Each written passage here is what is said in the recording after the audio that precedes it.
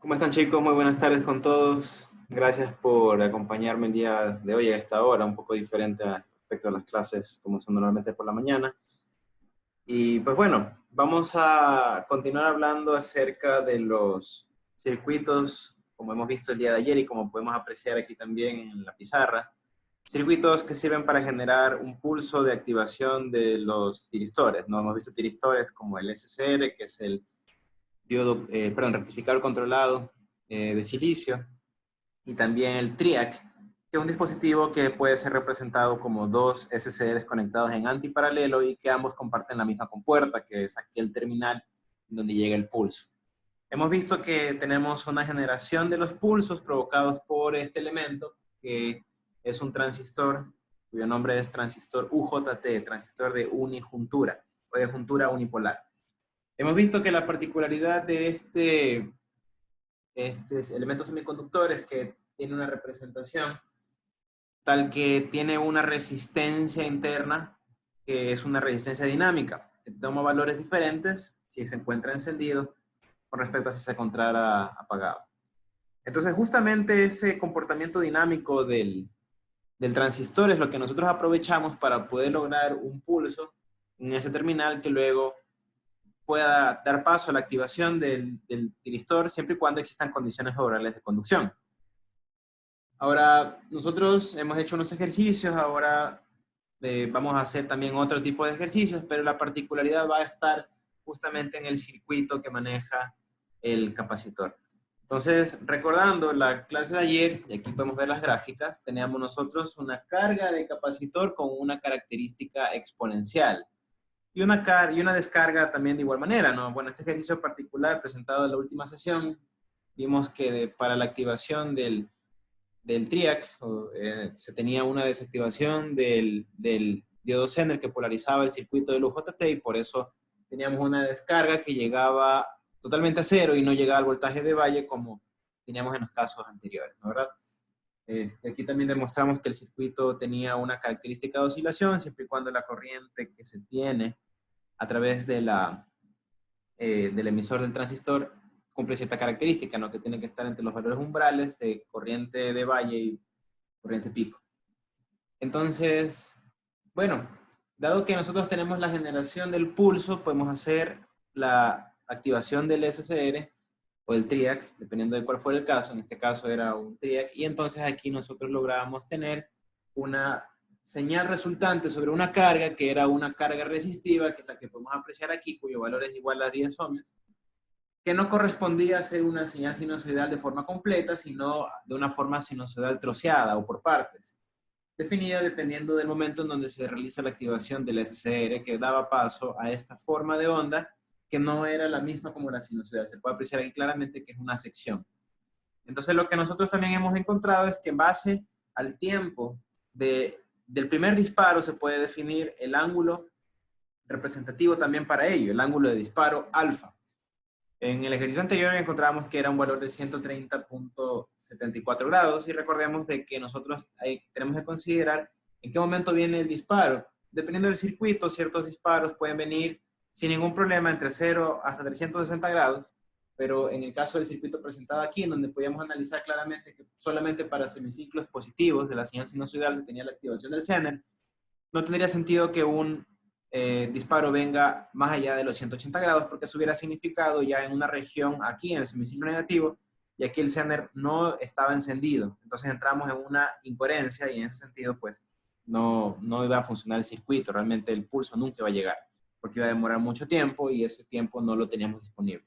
Tenemos solamente en este caso la mitad del periodo, que eran 8.33 milisegundos. El pulso llegó a 6.053 milisegundos y llegó en un buen tiempo. Entonces ahora vamos a presentar circuitos que tienen una configuración distinta para la carga del capacitor, en donde vamos a ver que tenemos un comportamiento de carga lineal.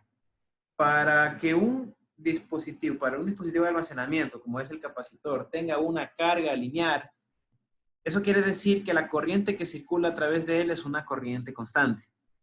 Y nosotros podemos obtener eso a través de una fuente de corriente. Una fuente de corriente es un elemento activo que no tiene un voltaje fijo, ¿no es cierto? Porque eso no podemos controlar, pero sí la corriente que provee.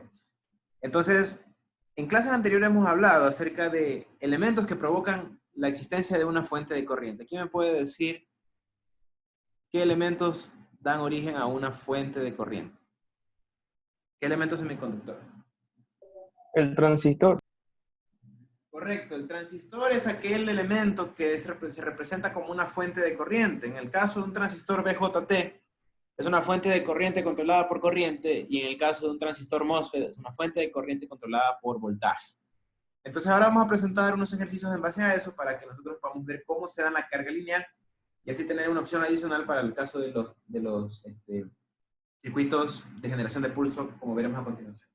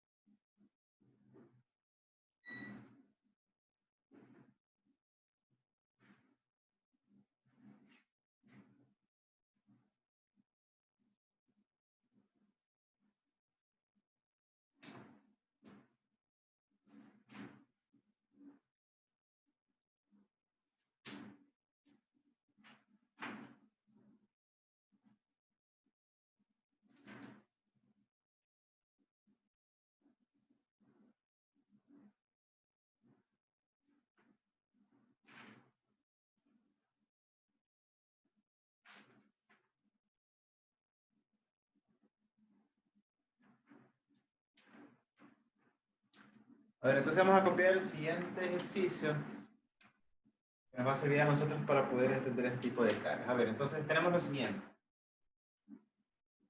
Una fuente de 20 voltios, un resistor que acompaña aquí a un transistor como tenemos a continuación. Aquí tenemos la conexión del capacitor al emisor de un UJT.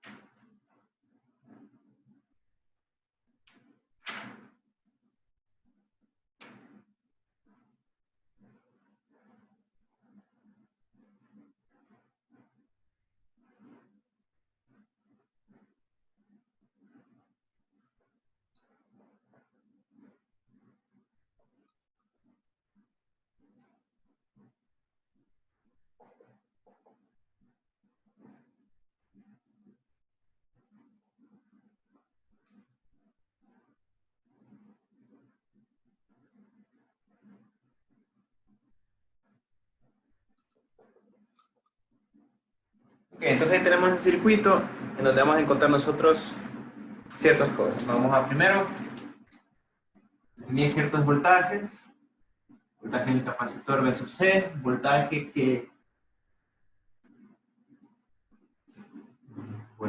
que tenemos como disparo B sub X, y aquí un voltaje B sub E. Ponemos ese ejercicio y veamos cómo se resuelve.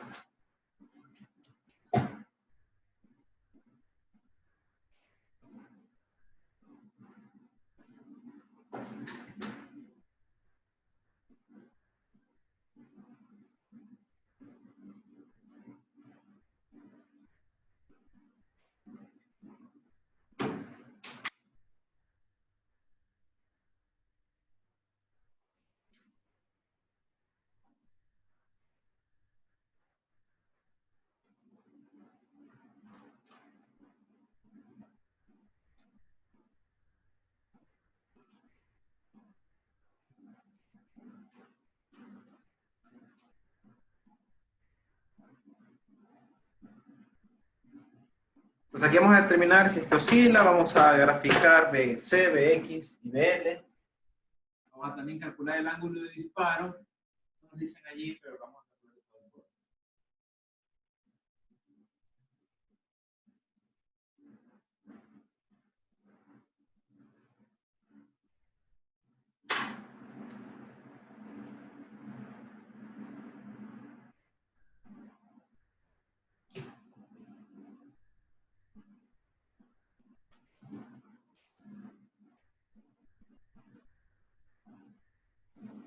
Ok, bien, entonces lo que nosotros debemos, ya lo hemos visto, ¿no? Pero también debemos remarcarlo, revolverlo, hacer notar, es respecto a que estos circuitos ya tienen una complejidad un poquito más alta, entonces va a ser necesario que nosotros lo definamos por bloques, ¿no? Por módulos, o reconociendo las partes importantes. En el caso de estos circuitos vamos a tener que buscar dónde está la parte de carga, que es a través del único elemento presente aquí que almacena energía, que es el capacitor.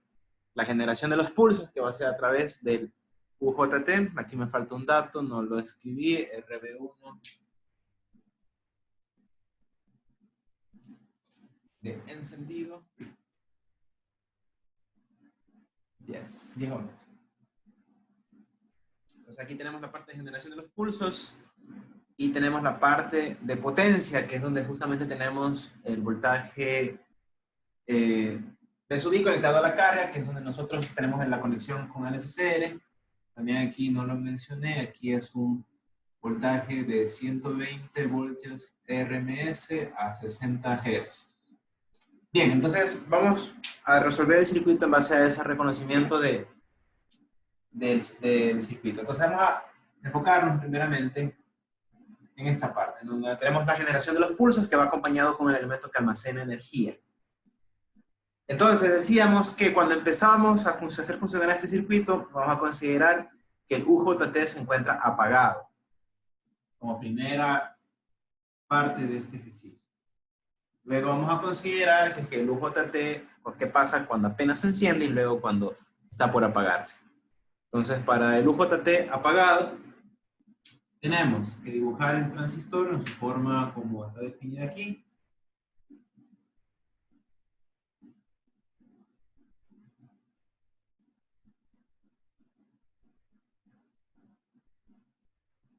Y aquí en este punto tenemos la conexión con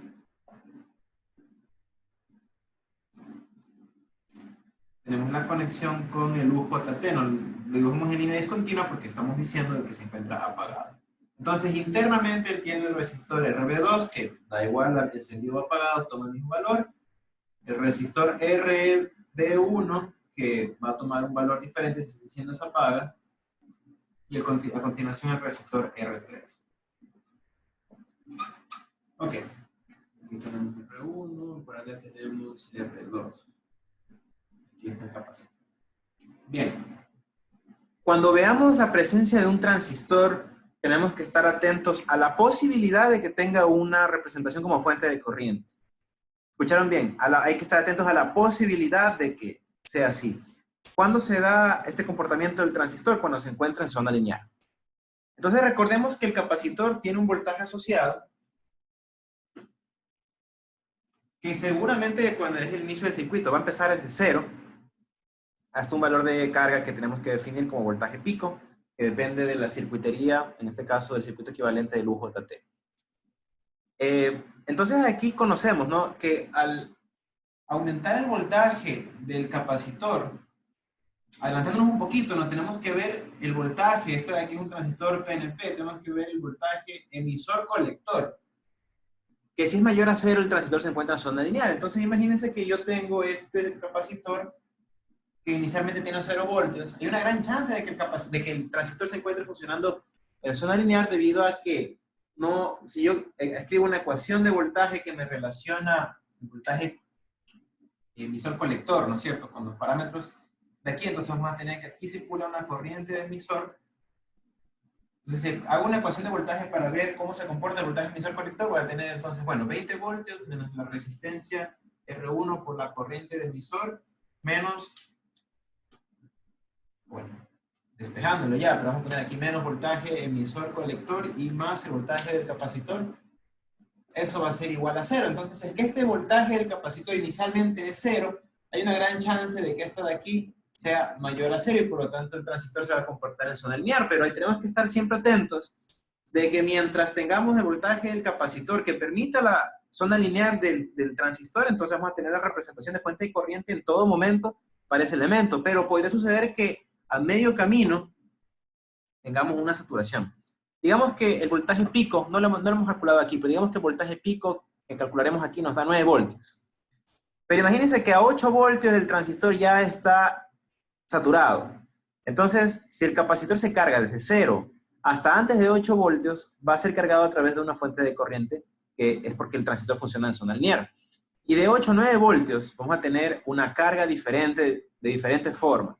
Dado de que el transistor se saturaría, recordemos que todo el transistor se convierte en un cortocircuito, estos elementos, ¿no? Se convierte en un cortocircuito, y entonces tenemos un circuito que tiene resistor, fuente aquí por este lado del emisor, y por la base resistor, fuente. Esto puede ser condensado a través del teorema de Thevenin en un resistor y fuente de voltaje. Entonces significa que cuando estamos por fuera de la zona lineal, el transistor, en particular con la zona de saturación, el transistor se carga de forma exponencial.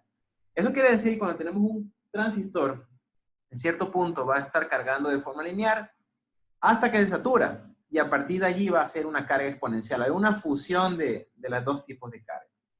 Entonces vamos a intentar que en la medida de que sea posible nosotros tengamos una carga lineal del capacitor, porque justamente queremos aprovechar esa ventaja. En este circuito vamos a analizar cómo se va dando esto. Entonces veamos. Tenemos que cuando el transistor UJT se encuentra apagado, la corriente de colector es aquella corriente que va a circular a través del capacitor. Entonces tenemos que ver cuánto vale esta corriente en el caso del UJT que se encuentra apagado. Hacemos, como dijimos ya en el parcial anterior, hacemos el recorrido desde el emisor a la base del transistor para encontrar esto, ¿no?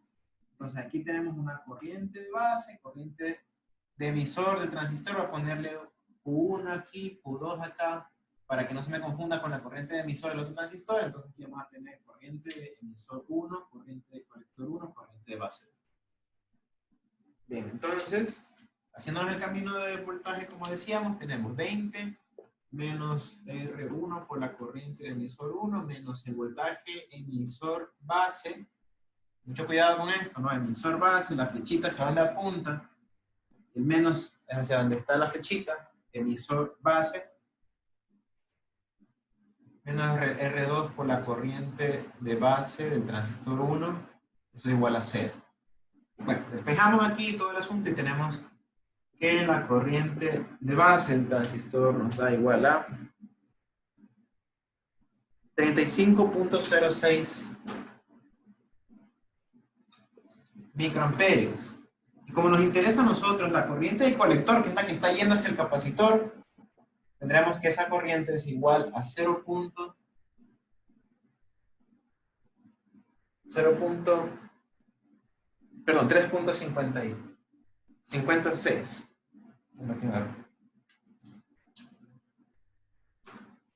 Estamos multiplicando la corriente de base por el beta del transistor y eso da la corriente de colector. 3.506 miliamperios. Entonces, en otras palabras, este circuito, todo esto que tenemos aquí lo puedo representar de la siguiente forma. Como una fuente de corriente.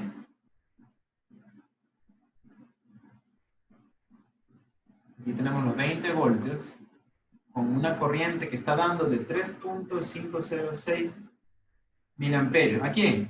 Al capacitor. Y en este punto viene el UJT, ¿no? Viene todo lo que corresponde al UJT. UJT. Y en adelante. Ok. Hola, ¿sí? Profesor, eso se puede decir porque las corrientes son positivas, pero todavía no verificamos que el voltaje emisor colector sea positivo. Aún así Sí. se puede decir que ya está en zona lineal. No, eso justamente es lo que voy a hacer a continuación. Entonces, aún así por eso puedo dibujar aún así la fuente de corriente, sin haber comprobado eso. Es que eso vamos a comprobarlo ahorita. Entonces, recuerda que esto que estoy haciendo aquí no es en sí una forma de cómo tienen que resolver el examen, sino es una forma didáctica para que se entienda lo que quiero decir. Ahí, listo, Ajá, gracias. no. Sí, no te preocupes. Aquí vamos a hacerlo así. Tengo aparentemente una forma de representación. Si el transistor se encuentra en zona lineal, yo lo puedo representar como una fuente de corriente, en donde la corriente que dibujo aquí sea la corriente a la cual se carga el capacitor, que en este caso es la corriente de colector. Estamos apagado el transistor UJT. Entonces, bueno, yo necesito conocer aquí, para poder determinar el voltaje emisor-colector, necesito conocer el voltaje que toma el capacitor. Ya conozco cuánto sería la corriente de emisor porque lo puedo relacionar con el beta, la corriente de base. Vamos a poner aquí el subíndice 1 porque no lo puse también. Pero me falta conocer el voltaje del capacitor. Entonces, bueno, inicialmente, cuando recién enciendo el circuito, el capacitor va a tener un voltaje de 0 voltios. Si es que empieza a oscilar, el voltaje mínimo que va a tener el capacitor va a ser el voltaje de valle, que es un dato del problema, que me dicen que es 1.2 voltios. Entonces yo tengo que considerar cuál es el voltaje máximo que tiene el capacitor y cuál es el voltaje mínimo en cualquiera de los casos que existan. Primer caso, 0 voltios. Segundo caso, 1.2 voltios. Como vimos en ejercicios anteriores, solo por una vez el capacitor va a arrancar desde 0 voltios hasta el voltaje máximo y luego, si es que oscila, va a estar entre el voltaje de valle y el voltaje de pico. Entonces, ¿qué es lo que necesito yo conocer aquí? El voltaje del capacitor, inicialmente yo decía aquí que es 0, vamos a borrar esta parte para dejarlo de forma general. Sé que vale 0, puede también valer 1.2, ambos son los voltajes mínimos, pero ¿cuánto es el voltaje máximo? El voltaje pico. Y eso lo vamos a calcular aquí. El voltaje pico va a ser calculado de la misma forma como ya calculamos el voltaje pico en las ejercicios anteriores. Será aquel voltaje que permita encender este diodo que se encuentra aquí. Entonces necesito yo conocer cuánto es la diferencia de potencial que se tiene por ambos lados y eso igualarlo a 0.5, que es el voltaje de encendido de ese diodo. Entonces aquí definimos un voltaje V sub 2 y podemos sacar ahí cuánto equivale. V sub 2, como no tenemos ninguna corriente circulando por este diodo, por este ramal, podemos dibujarlo o encontrarlo, perdón, como una divisor de tensión. Entonces el voltaje V2 va a ser igual a 20 por RB1 de apagado, perdón, más R3 dividido para RBB, que es RB2 más RB1 apagado, más R3. Entonces el voltaje pico va a ser igual a V2 más el voltaje de diodo cuando se encuentre encendido. El voltaje de pico va a ser el voltaje del capacitor máximo, eso ya lo hemos definido. Y ese voltaje pico para nosotros va a ser igual a 16.58.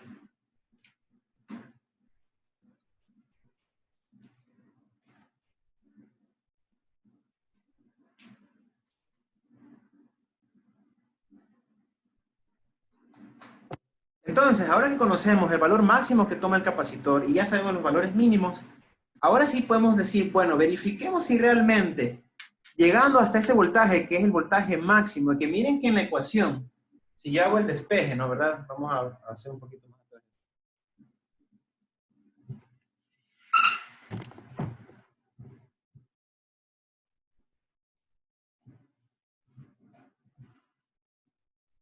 Si hago aquí en esta ecuación el despeje del voltaje emisor-colector, tenemos que dicho voltaje va a ser igual a 20 menos que era R1 por la corriente de emisor 1 menos el voltaje del capacitor, que toma varios valores. Entonces veamos. Cuando el voltaje del capacitor es igual a 0, nos queda que el voltaje emisor-colector nos da un valor de... Calculadora.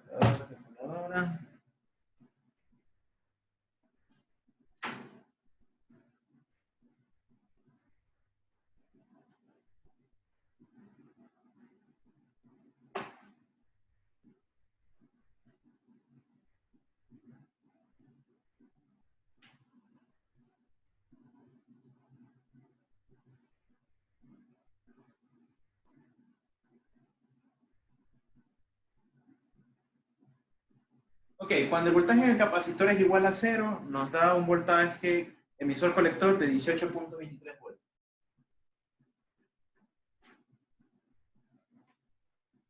Cuando el voltaje del capacitor es igual a 1.5, o sea, estamos hablando del voltaje de Bayer.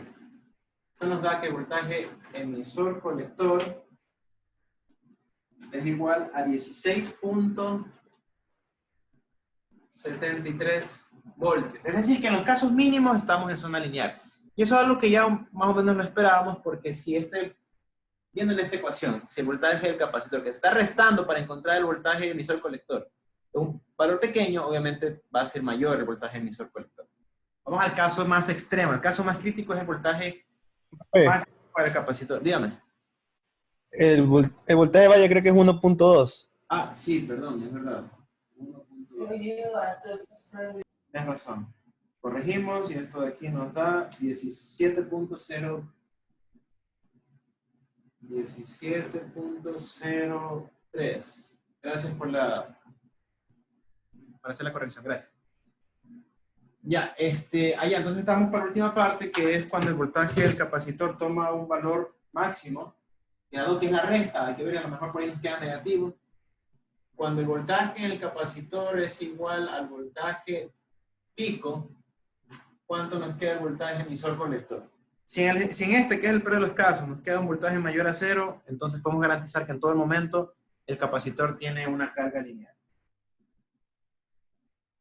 Entonces tenemos 16.058. Nos queda que el voltaje emisor-colector es 1.72 voltios.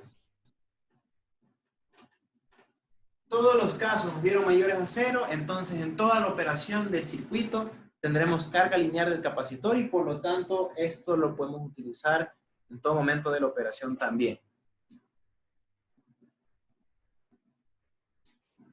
Entonces lo que me parece que Roberto hizo la pregunta, ¿no? Si yo puedo decir este circuito equivalente que yo acabo de usar, lo puedo definir siempre y cuando se pueda garantizar que está funcionando en todo momento en zona lineal. Eso quiere decir, incluido también en el voltaje, el peor de los casos, y eso de ahí es en el voltaje pico.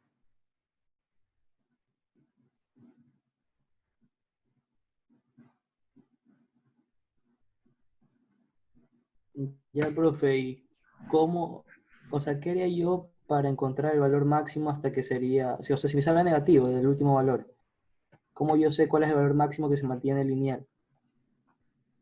En ese caso, entonces, tú puedes decir, bueno, ¿para qué voltaje de capacitor el voltaje emisor colector es igual a 0? Ya, gracias. Ok.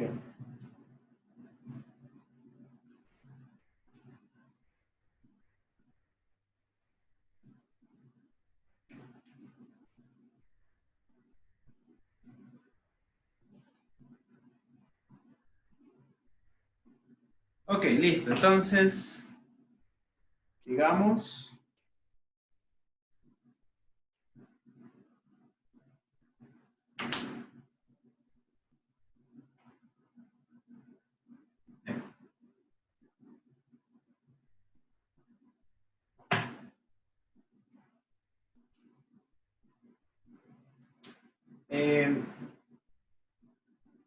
ok, entonces nosotros ya sabemos en qué voltaje nos encontramos con el voltaje del capacitor mínimo, máximo. Y vamos ahora a calcular algo más que tenemos que hacer en este momento cuando el luz se encuentra apagado, que es justamente cuál es el voltaje Px. Recuerden que el voltaje asociado al pulso tiene que ser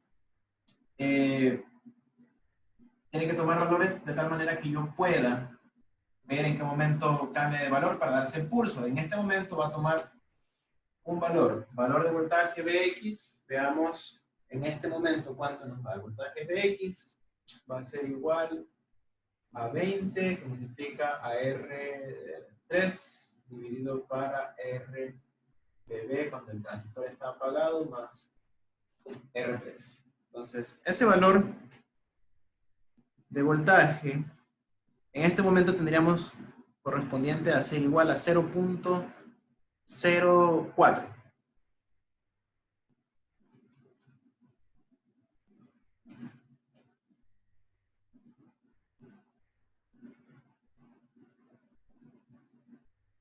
Entonces ahora, bueno, sabemos que el capacitor va a tener una cierta carga, ¿verdad? Va a tener una carga relacionada a él,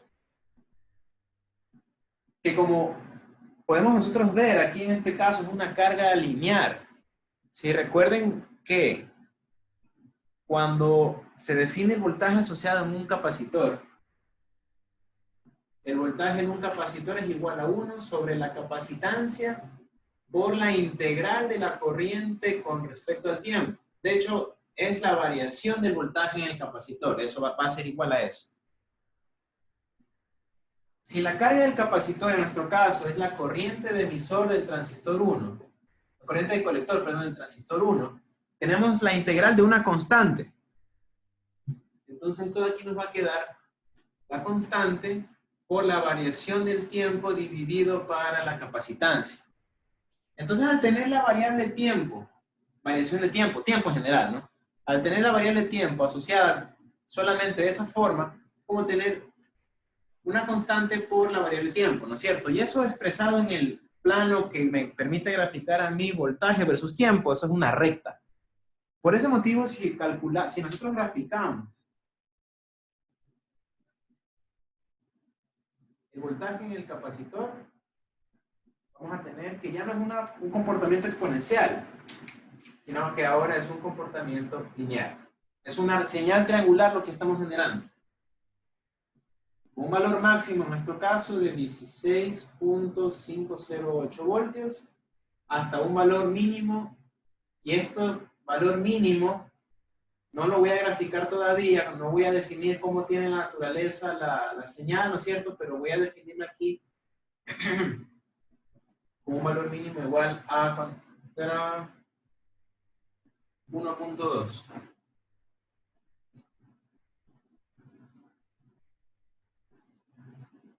Voy a dejar esa parte ahí todavía sin determinar. ¿Cómo se hace el decrecimiento? Ok. Entonces, bueno, ya que estamos trabajando en este momento, en esta parte, digo, bueno, ¿cuál es el tiempo en donde tengo la primera carga del capacitor? Bueno, el primer tiempo va a ser encontrado a través de esto. Digo, bueno, la fórmula me dice variación del capacitor es igual a la corriente de colector 1 dividido por la capacitancia por la variación del tiempo. Cuando digo variación del tiempo es para poder tomar entre rangos, ¿no? Cuando tenemos la variación del tiempo, en este caso es el tiempo de carga 1 relacionado al tiempo anterior, esto es 0. Como este comportamiento se va a ver cíclico, podemos tener un tiempo de corriente, de carga diferente, ¿no es cierto? No vamos a reemplazar eso, sino que tenemos que trabajar en el intervalo donde se produce la carga. Entonces la variación del voltaje en el capacitor va a ser el voltaje final menos el voltaje inicial. El voltaje inicial era 0. El voltaje final es el voltaje de pico. Eso va a ser igual a la corriente del colector 1 por, en este caso, el tiempo de carga 1 menos 0, dividido para la capacitancia. Entonces aquí vamos a encontrar que el tiempo de carga 1 asociado a ese elemento nos da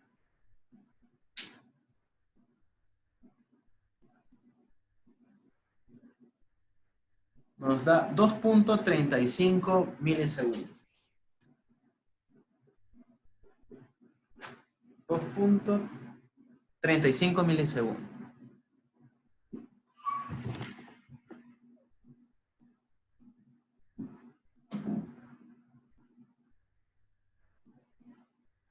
Vamos ahora a considerar qué pasa cuando el UJT se enciende, ¿no? En estos dos intervalos, apenas encendido y cuando está por apagarse.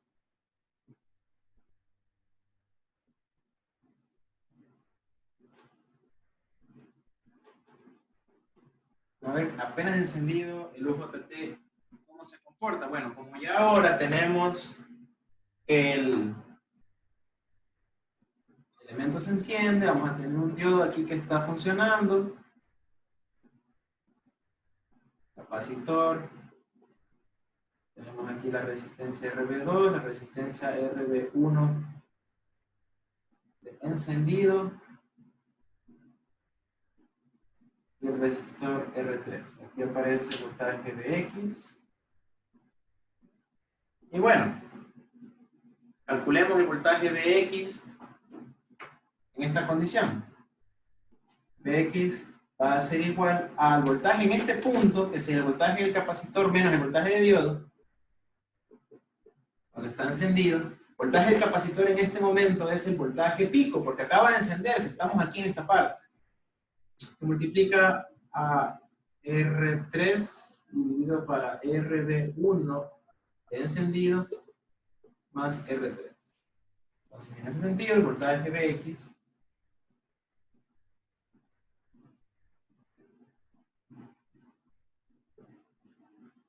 es igual a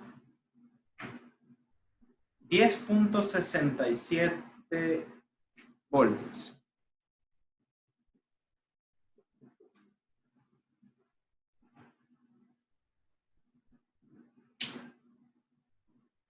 Y ahora vamos a ver cuando está por apagarse.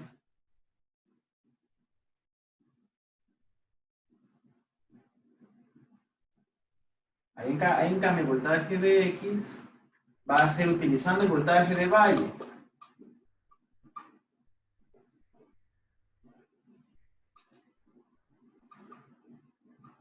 Miren que las ecuaciones las estamos reutilizando, ¿no? Entonces el voltaje de Vx en ese punto va a ser igual a 0.466 voltios.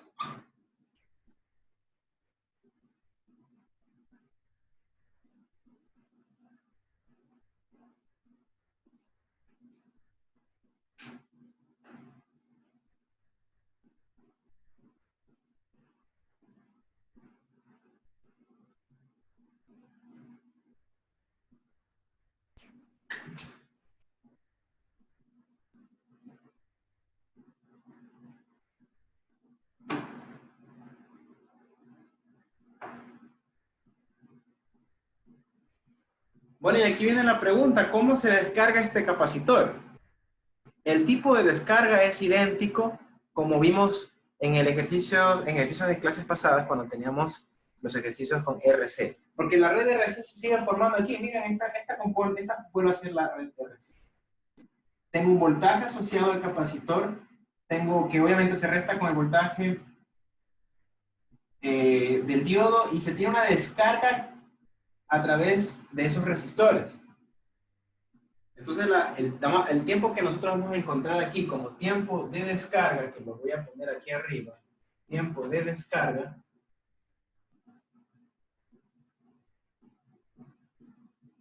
voy a ponerlo aquí abajo mejor, tiempo de descarga, va a ser igual a los resistores involucrados, que sería RB1 de encendido más R3, multiplica a la capacitancia por el logaritmo natural de el voltaje pico menos el voltaje de diodo de encendido dividido por el voltaje de valle menos el voltaje de diodo de encendido. Esta fórmula la hemos estado utilizando en ejercicios anteriores, la seguimos utilizando. Aquí la descarga se la va a hacer a través de este elemento, de esos elementos, diodo y resistores. Ese tiempo de descarga, que como lo pueden apreciar, sale por ahí una expresión de logarítmica, eso quiere decir que nosotros vamos a tener que considerar una descarga exponencial con un tiempo de 4.79 microsegundos.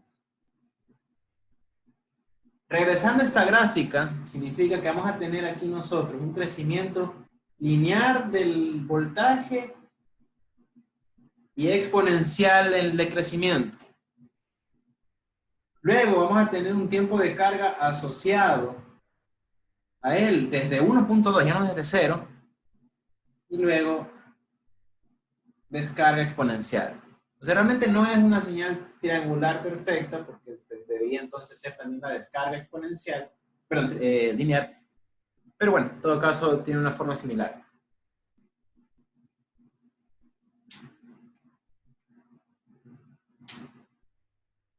El tiempo de carga 2 va a ser igual, a ver, utilizando la fórmula original mejor.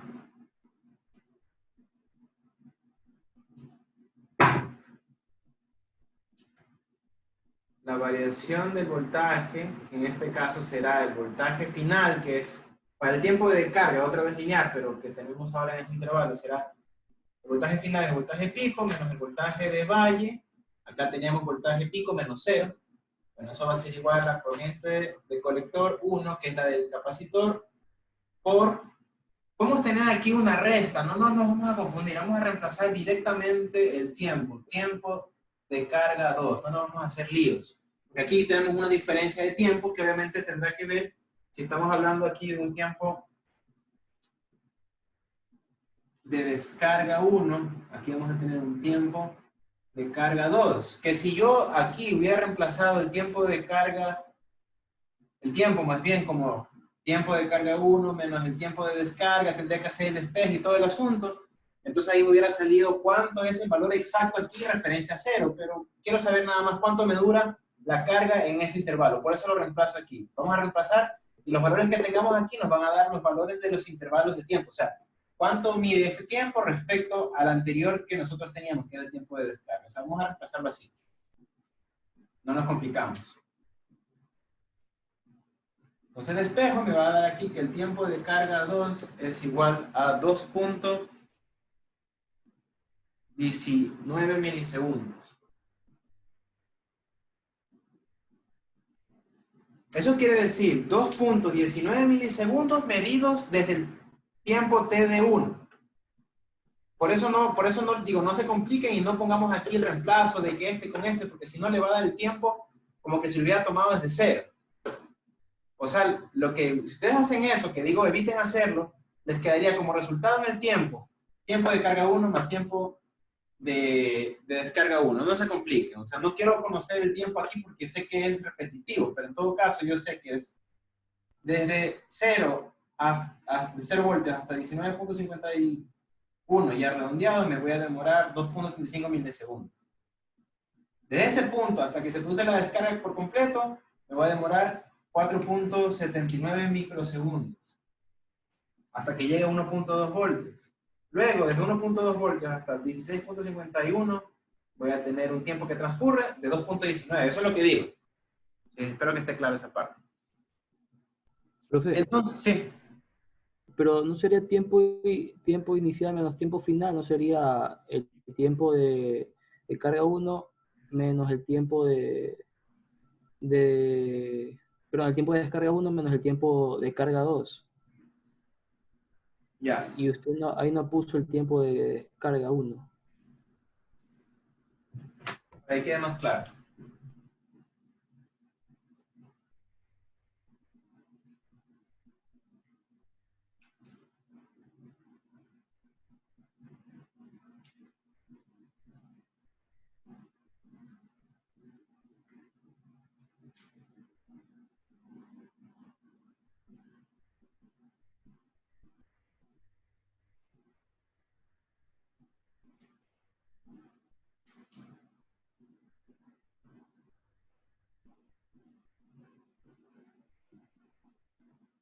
Cambiamos las nomenclaturas.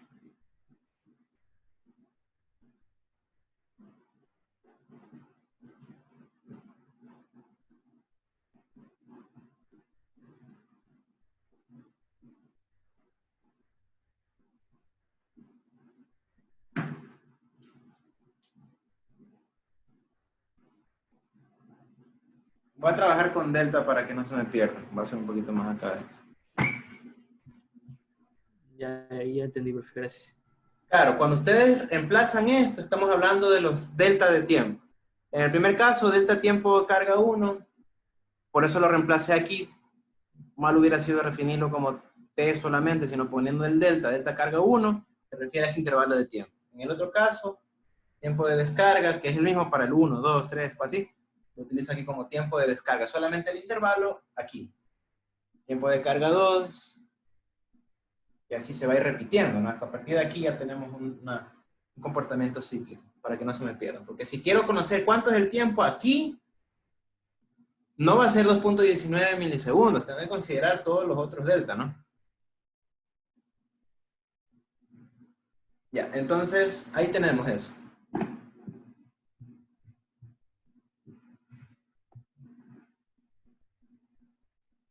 Si yo tengo que graficar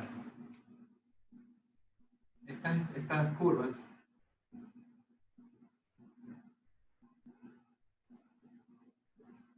voltaje del capacitor y voltaje Vx, vamos a hacer la parte del capacitor nuevamente. Tenemos una carga lineal, descarga exponencial. Carga lineal, descarga exponencial, ¿no es cierto? Aquí tenemos el valor de valle, voltaje de valle 1.2 voltios, voltaje de pico que nos dio 16.51, ya para redondearlo. ¿Qué pasa con el voltaje Vx? Bueno, cuando vamos a dividirlo aquí por secciones. Cuando tenemos la carga del capacitor, recuerden que el UJT se encuentra apagado. Transistor UJT apagado. Tenemos un valor de Vx. ¿Dónde está? Aquí está, 0.04 voltios.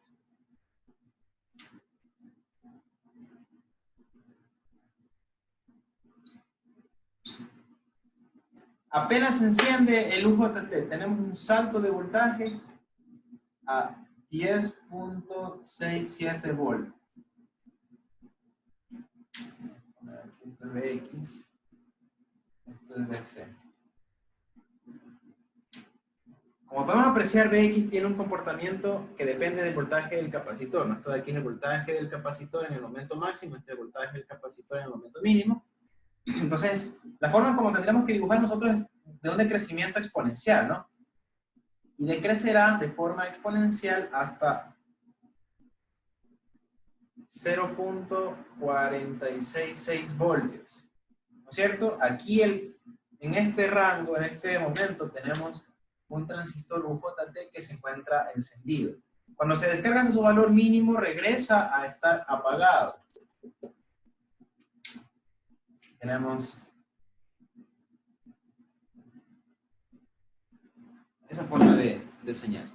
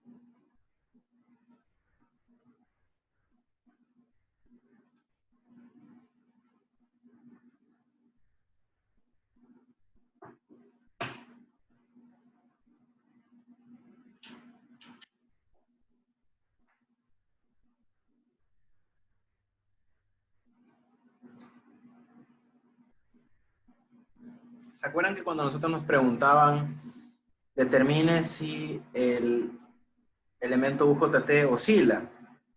Nosotros utilizábamos la corriente que venía aquí, antes teníamos un resistor, ¿no? En vez de la fuente de corriente, antes teníamos un resistor. Nosotros tomábamos la corriente que circulaba en ese resistor y decíamos, bueno, si esa corriente está entre los rangos, ¿no es cierto? Calculábamos, ¿no es cierto? Decíamos, bueno, aquí hay un resistor, la diferencia potencial de un lado, que era la fuente, era constante, por el otro lado depende, ¿no? Porque el capacitor tiene un voltaje mínimo, máximo, que es el voltaje de valle o el voltaje pico, calculamos esa corriente y decíamos, bueno, cuando el UJT se enciende, esa corriente se va a meter por el diodo, entonces ahí podemos encontrar la corriente del emisor. Ya no tenemos un resistor ahí, sino tenemos la fuente de corriente. ¿Qué corriente vamos a utilizar para determinar si es que el UJT oscila?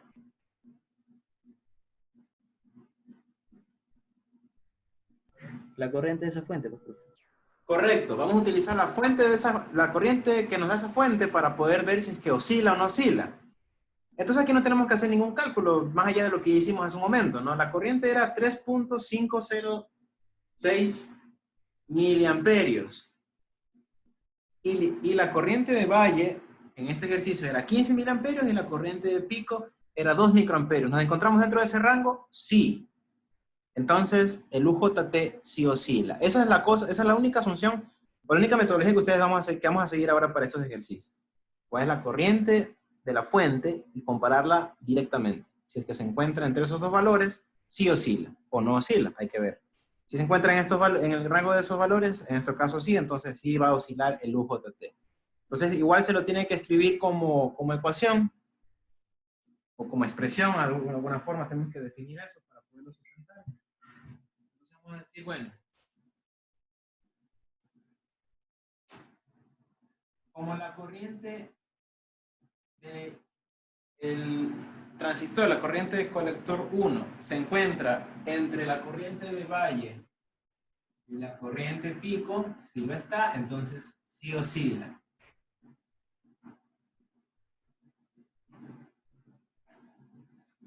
No tenemos aquí nada extraño en este circuito que obliga a apagar el circuito que genera la oscilación, como vimos en la clase de ayer. Tenemos por ahí un Zener que se apagaba cuando había el pulso y todo el asunto. Entonces, vamos a calcular la frecuencia de oscilación. Para calcular la frecuencia de oscilación no tenemos que tomar el primer tiempo, recuerden, sino que tenemos que ir tomando no el primer tiempo de carga, sino el que viene a continuación, junto al tiempo de descarga. Entonces, para el periodo de oscilación vamos a decir, bueno, vamos a considerar, para trabajar con la misma nomenclatura, el delta de tiempo de descarga más el delta de tiempo de carga 2, no el 1, porque esto de aquí solo sucede una vez. Entonces, el tiempo de oscilación nos da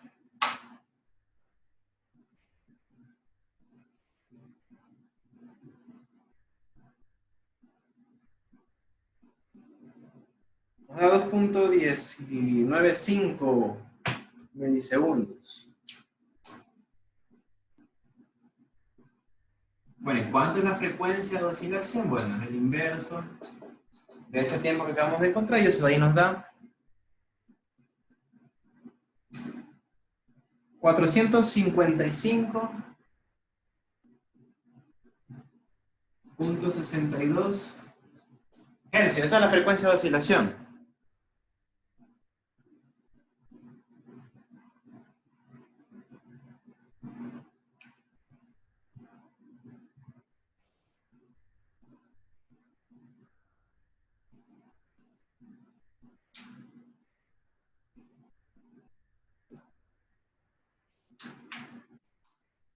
Y bueno, entonces también nos pueden preguntar nosotros el ángulo de disparo. El ángulo de disparo es aquel tiempo relacionado en ángulo del primer pulso que aparece. Y el primer pulso que aparece se da gracias al tiempo de carga 1, al delta tiempo de carga 1. Entonces con ese tiempo vamos a calcular el ángulo de disparo. Entonces si el tiempo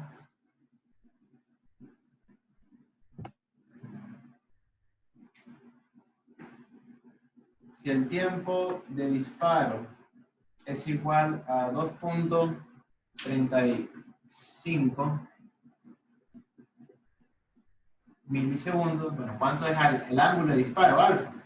Recuerden, 360 grados son 60 a la menos 1 segundos. ¿De dónde saco? De aquí. ¿Cuánto es alfa si el tiempo es 2.35 milisegundos? Regla de 3, multiplico el elemento de la diagonal, divido para el otro valor. Regla de 3 simple.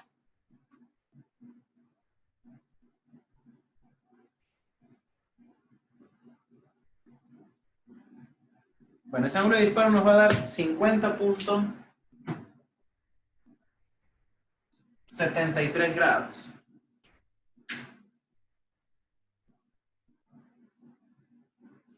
Entonces, como a nosotros finalmente nos interesa conocer cómo es la gráfica total, veamos pues también entonces cuántos disparos vamos a tener en un semiperiodo o en un periodo, depende cómo lo querramos ver. Puede ser conveniente trabajar en semiperiodos o en periodo completo, dependiendo del circuito. Cuando nosotros tenemos circuitos que tienen cierto comportamiento en un semiperiodo y otro comportamiento diferente en el semiperiodo complementario, entonces ahí sí tenemos que analizarlo por semiperiodos. Pero aquí en este caso no tenemos nada que sea así. Aquí este circuito está funcionando siempre. No se apaga por ningún lado. Entonces, para calcular el número de pulsos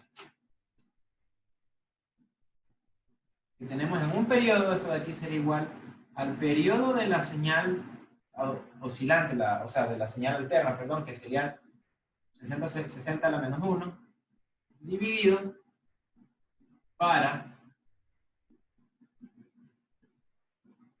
el periodo de oscilación, que es este.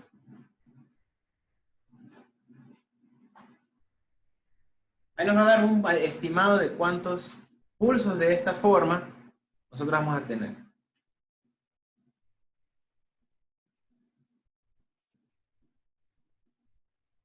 Dice entonces que en un periodo completo vamos a tener 7.59 pulsos.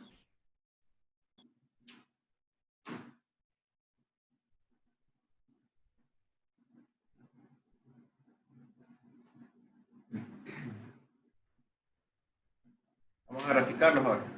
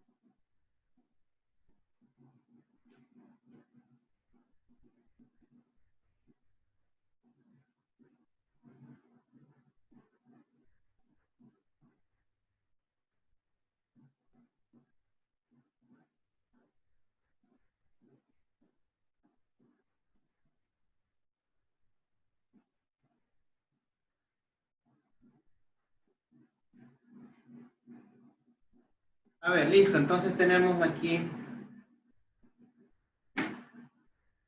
BC, BX y BL.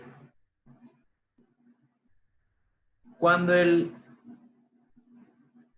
triac no se encuentra activo, ¿cuánto es BL? 0. Tenemos un circuito abierto, no hay circulación de corriente en el resistor, entonces tenemos una caída potencial igual a 0 voltios.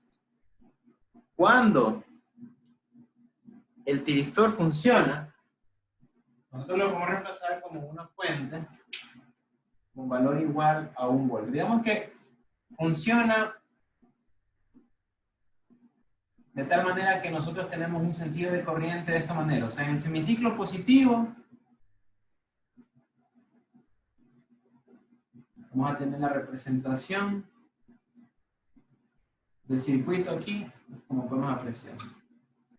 Voltio, aquí tenemos el voltaje VI, la corriente va a salir de esta forma, y esto no voy a cambiar. El voltaje VL, miren cómo está dado, con esa diferencia de potencial. Luego, en el semiciclo negativo,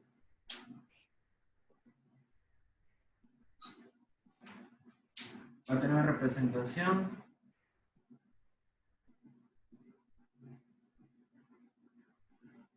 bueno, vamos a dejarlo con esa probabilidad, sabemos que estos valores son menores a 0, pero entonces vamos a tener una corriente que va a ir de esta forma, que por lo tanto el triac, perdón, va a funcionar así.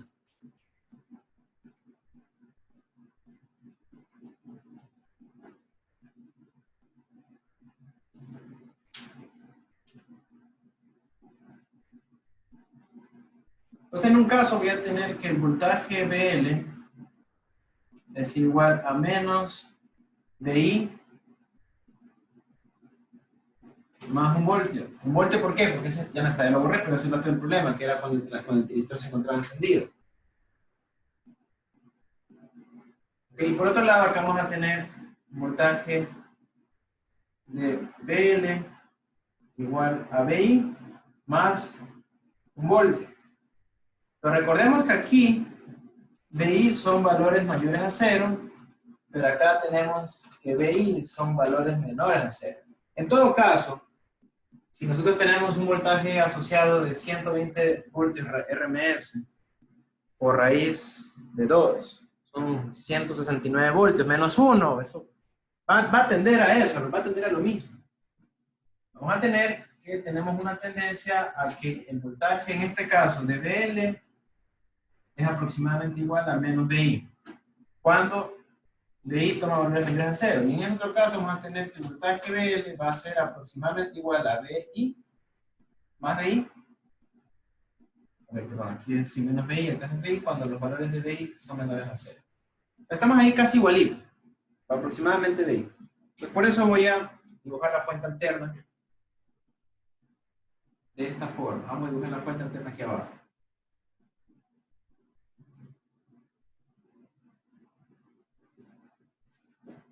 Aquí está VI.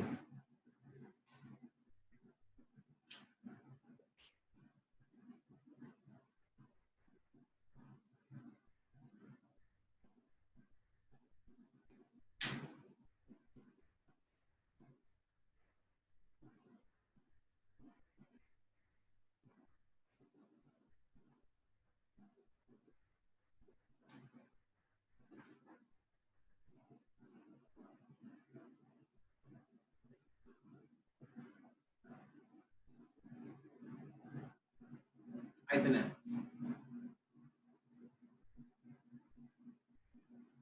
Entonces, bueno, vamos dibujando BC, B y luego terminamos con BL. BC tenemos un crecimiento lineal hasta 16.51 voltios. Perdón, aquí estoy haciendo puntería.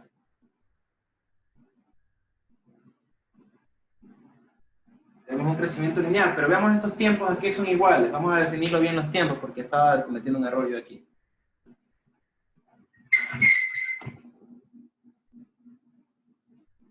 Aquí son 8.33 milisegundos. Acá 16.66 milisegundos. Acá tenemos 28 milisegundos. Todo está en milisegundos, ¿no?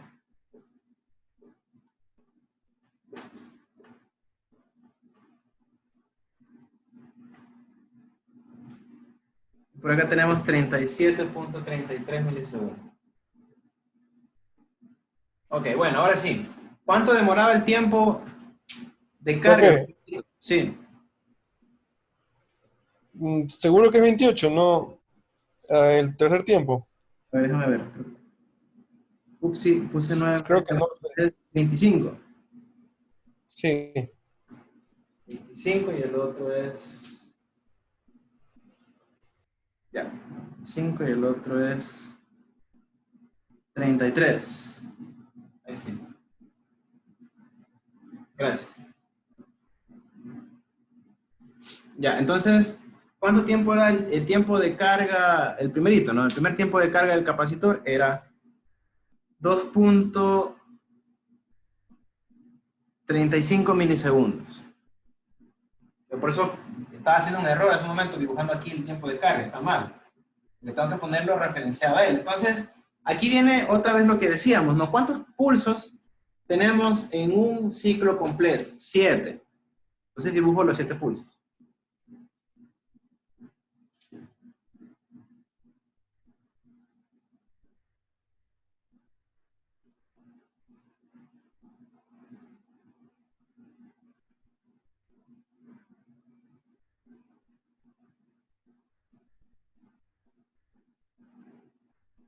aproximadamente, porque de hecho es 7.5.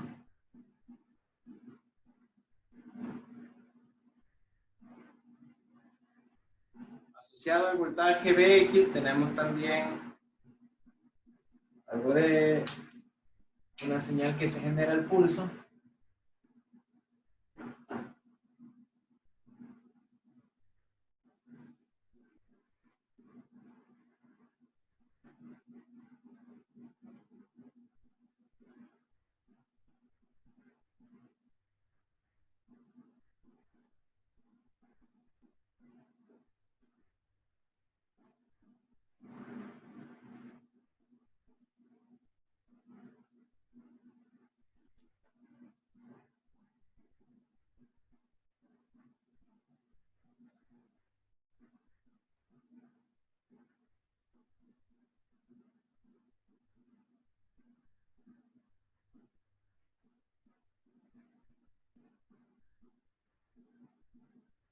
Miren cómo estoy dibujando los pulsos, ¿no? Cuando tenemos la carga del capacitor, tenemos un valor bajito de 0.04 voltios.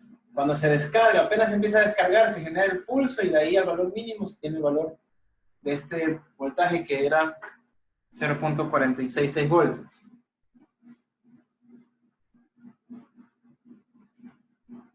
Por acá como voltaje máximo teníamos contra 10.67.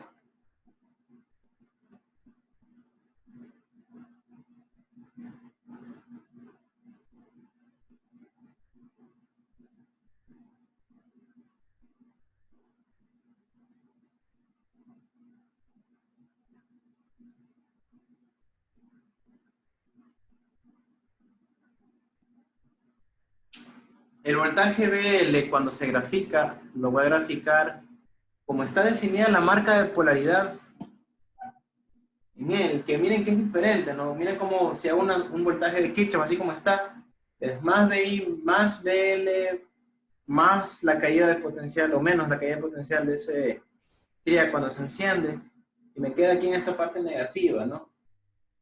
Si yo lo voy a dibujar aquí al revés, acuérdense cuando nosotros definíamos el voltaje de ejercicio parecido a esto, cuando tenemos la polaridad invertida, ponemos el mismo perfil de voltaje de BI. Acá lo vamos a cambiar, entonces pueden tomar eso como regla general.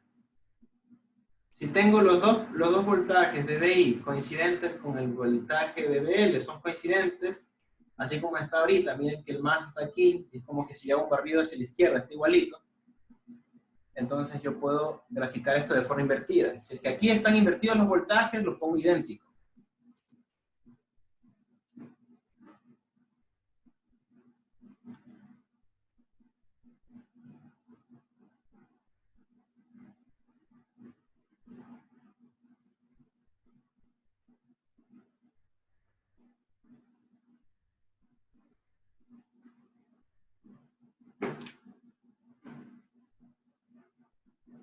Entonces aquí tenemos el primer disparo.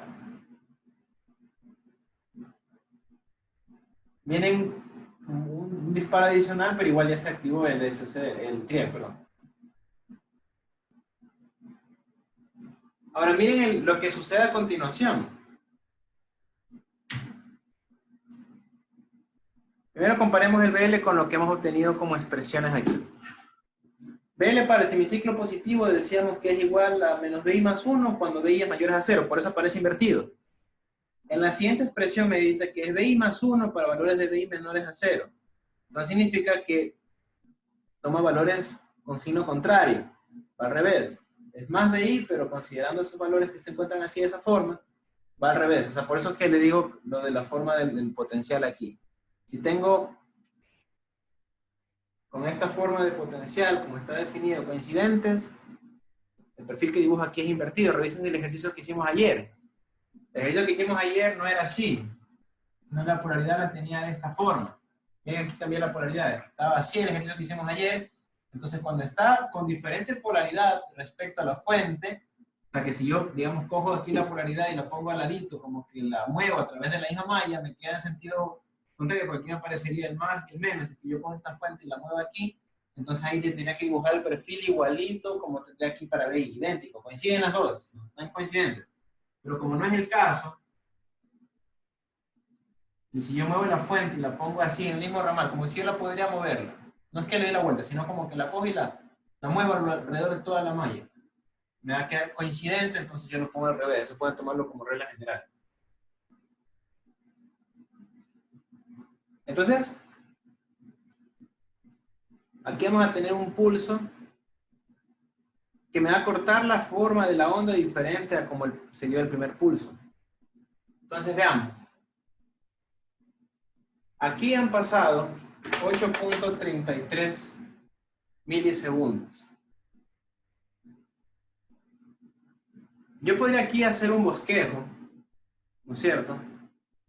De la señal que yo tendría aquí dibujada. Si yo podría decir, bueno, mi pulso se da en este otro momento, entonces yo tendría que, primero dibujo el BL con 0, porque por cada cambio de fase que tengamos en el tiristor se va a apagar. Porque por un momento va a ser cruce por 0, va a querer invertir el sentido de la corriente, y no es que va a permanecer encendido, sino que tiene que llegar otro pulso que lo active. Que sería por aquí, dependiendo de este gráfico que tenemos, es un bosquejo nada más. Pero mire que es diferente esto con eso.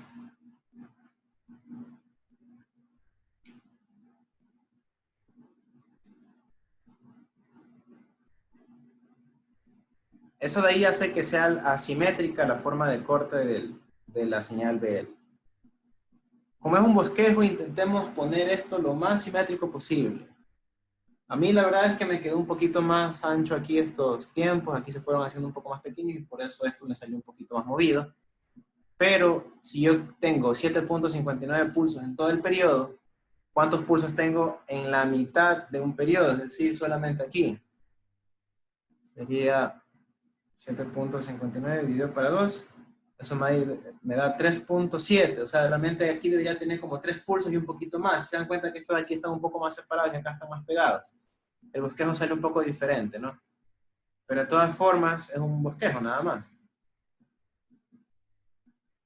Ahora igual, como nadie para el circuito de oscilación, al momento de que yo empiece la siguiente repetición de todo el ciclo, tengo el capacitor que se encuentra ya descargándose o que está por descargarse.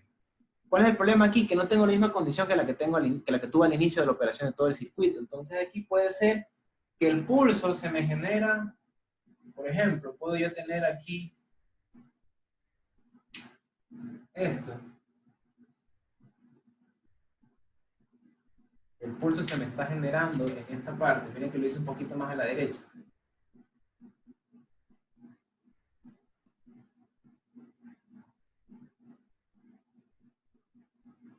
Entonces significa que el pulso se me va a generar aquí. Entonces tengo 0 en la primera por un poco tiempo y de ahí otra vez se me activa el SSR. Entonces si yo comparo esto con esto, no va a ser simétrico. Igual vamos a tener una tolerancia cuando se pida graficar esos bosquejos, pero por favor consideremos mejor cuántos pulsos hay por cada semiciclo. Puede ser eso de ahí una mejor métrica. Cuántos pulsos hay por cada semiciclo para poderlos poner mejor, distribuirlos mejor y que en ese sentido me quede el gráfico un poco más exacto. Pero se ve claramente que aquí demora un poco más de tiempo respecto a los otros con el inicio de la señal sinusoidal. ¿Okay? Pero igual es un bosquejo. Entonces, cuando nosotros tengamos este tipo de ejercicios y nosotros veamos que no tenemos un reseteo del circuito de oscilación, nos vamos a encontrar en este problema. Por ese motivo, se prefiere utilizar aquellos circuitos que tienen este reseteo, como por ejemplo cuando veíamos que aparecía el primer pulso aparecía y se apagaba el circuito de oscilación, hasta que se acaba el primer semiperiodo, y de ahí volvíamos a lo mismo, justamente para evitar esta asimetría. Esa es la razón por la cual se utilizan esos circuitos, en donde por cada generación de pulso que se da, activa el tiristor y apago todo el circuito para que genero solamente un pulso y no sigo generando, lo sigo generando, porque imagínense cuándo voy a tener aquí el encendido del TRIAC. No va a ser igual tampoco a este, puede ser que, vaya, no sé, exagere. puedo tenerlo por acá. Tampoco van a ser iguales entre sí. Entonces, en una aplicación, yo lo que quiero es siempre mantener una simetría. Y aquí no lo estoy generando. Entonces, un circuito útil va a ser aquel que tenga este sincronismo, ¿no? Que genere el pulso, apago el circuito, no importa, no genero más pulsos, pero en el siguiente lo voy a generar al mismo tiempo que se demoró el primero. Entonces, ahí tenemos una gran diferencia entre los dos circuitos de aplicación que vimos, entre aquellos que se apaga el Zener que permitía la polarización y aquel que no.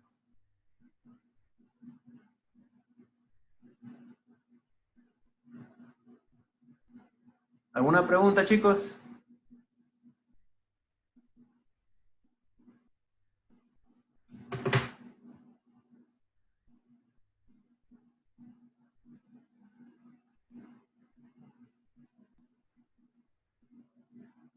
Bueno, entonces, si no es así, y para ver si es que realmente se entendió lo que yo estoy diciendo, vamos a hacer uso de una técnica que es tipo aula invertida, le llamo. Yo ya resolví un ejercicio, demostré cómo se lo hace. Ahora yo voy a plantear un ejercicio y ustedes van a demostrar cómo se lo hace. Si tienen dudas, chicos, esto de aquí es como un taller. Si tienen dudas, háganmela saber, por favor. Podemos hacer la respuesta de las dudas aquí, cosa que así, si alguien tiene otra duda, ya también la conoce cómo responder. Esto no es lección, esto es un taller. Pueden sacar sus apuntes, pueden ustedes hacer preguntas. Y la idea es que esto de aquí pues lo resuelvan siguiendo la metodología que hemos servido aquí. Vamos a combinar un poquito de estos ejercicios que vimos en la clase anterior con esto nuevo. Y pues van a tener que subir la resolución de este taller por sitio web hasta el día lunes 9 de la mañana. Entonces quienes no han podido asistir a la clase de hoy pueden revisar este video. Y si tienen preguntas pueden hacérmelas también durante el transcurso del tiempo que queda para que puedan subir la tarea, ¿ok? Entonces voy a copiar el ejercicio aquí en pizarra. Y entonces allí hacen preguntas si tienen. Diga, ¿alguien le tiene una pregunta? Sí, tengo una pregunta. Ajá. Es más bien sobre ayer, la clase de ayer, que no me acuerdo, me olvidé de preguntarle. Cuando la carga es exponencial del capacitor, usted cuando dibujaba la carga la hacía como cóncava hacia abajo, pero yo pensaba que era cóncava hacia arriba. No sé si me hago explicar. Sí, tú dices que... Déjame borrar aquí un poco.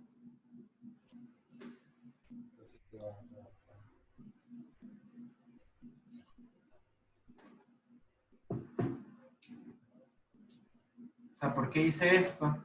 ¿Y por qué no hice esto? No, en la carga. O sea, en la carga que está cóncava hacia arriba.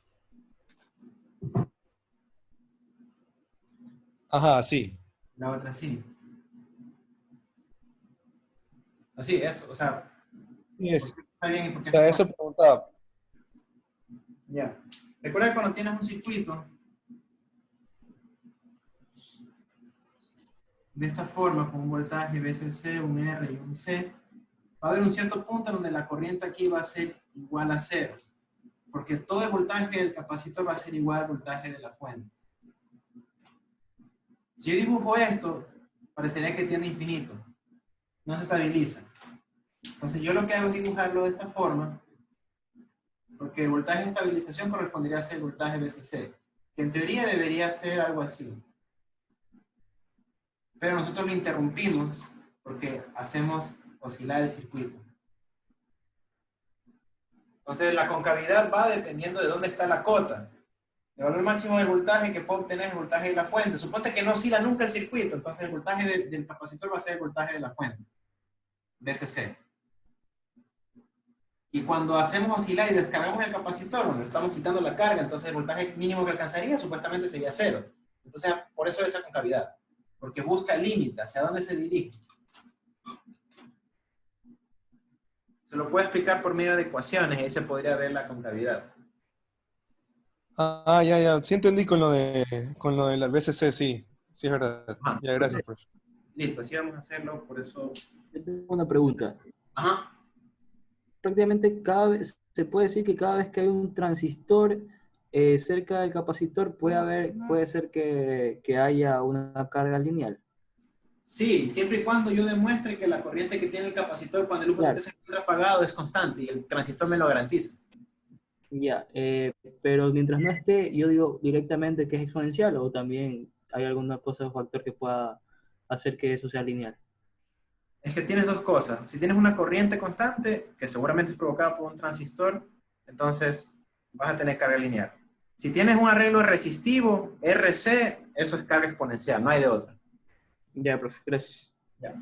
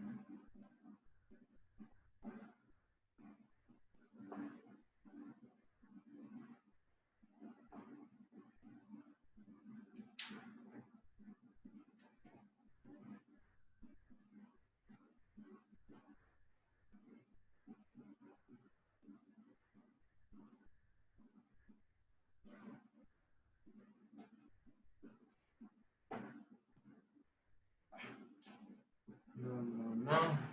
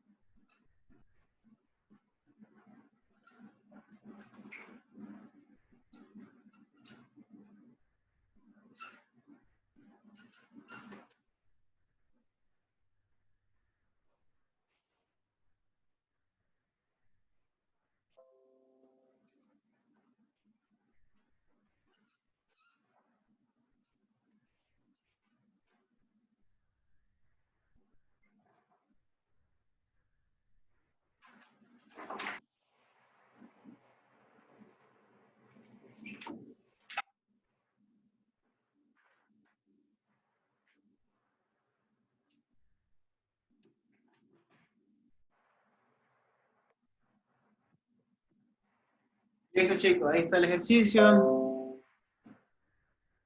A ver si se ve bien ahí, ¿no? Ahí está la luz un poquito de reflejo en esta parte, pero bueno, entonces vamos a calcular el voltaje pico, el tiempo y ángulo de disparo, vamos a comprobar que oscila el circuito, que está mal escrito oscila.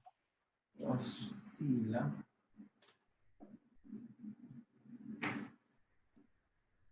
Y vamos a graficar las señales.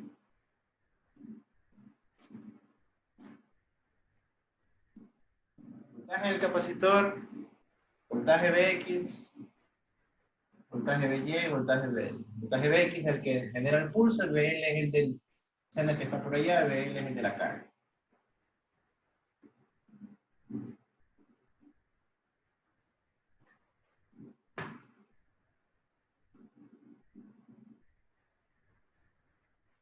Listo, chicos, si tienen preguntas, por favor háganmelas saber.